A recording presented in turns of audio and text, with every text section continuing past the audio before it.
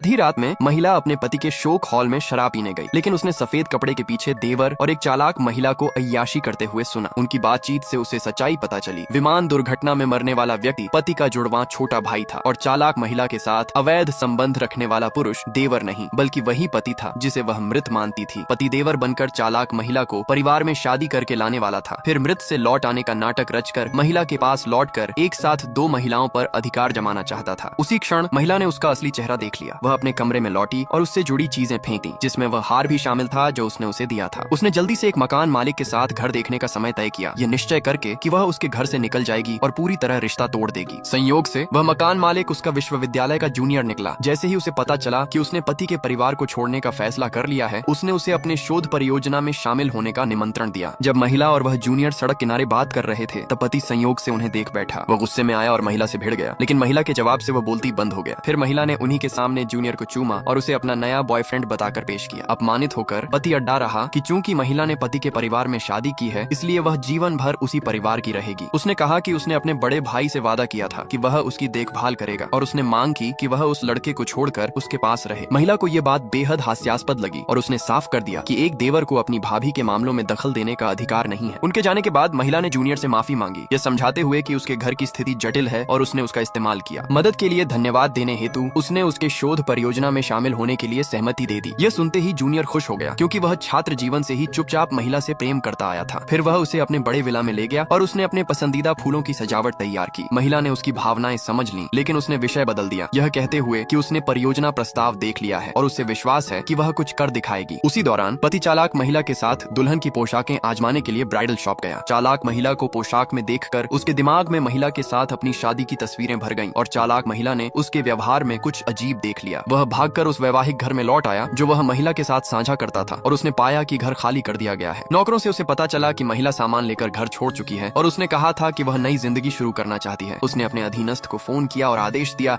कि किसी भी तरह महिला का पता लगाओ, भले ही उन्हें जमीन 3 फीट तक खोदनी पड़े। उसने जल्द ही महिला का ठिकाना ढूंढ लिया और अगली सुबह फिर से इंतजार करने लगा। जब उसने महिला को फिर से जूनियर के साथ देखा तो वह गुस्से में आगे बढ़ा और उसने उसे डांटा। महिला ने फिर दोहराया कि वह जो भी करे उसका उससे एक देवर होने के नाते कोई संबंध नहीं है, लेकिन वह ढिठाई से बोला कि उसका बड़ा भाई अभी अभी मरा है और देह ठंडी नहीं हुई और महिला का ऐसा करना बड़े भाई के प्रेम के साथ विश्वासघात है। फिर उसने कहा कि वह एक मौका देगा, अगर वह अभी अपनी गलती मान ले तो वह बात को जाने देगा और उसे परिवार की मालकिन बनकर वापस लौटने देगा। महिला को यह बात हास्यास्पद लगी और उसने उसे थप्पड़ मार दिया। फिर वह महिला पर पहले बेवफाई करने का आरोप लगाने लगा और धमकी दी कि वह उसके संबंधों को उजागर करके उसकी प्रतिष्ठा मिट्टी में मिला देगा। उसे इस तरह उल्टा दोष लगाते देखकर महिला ने भी फैसला किया कि वह सब कुछ साफ कर देगी और वह सच्चाई बताएगी जो वह पहले से जानती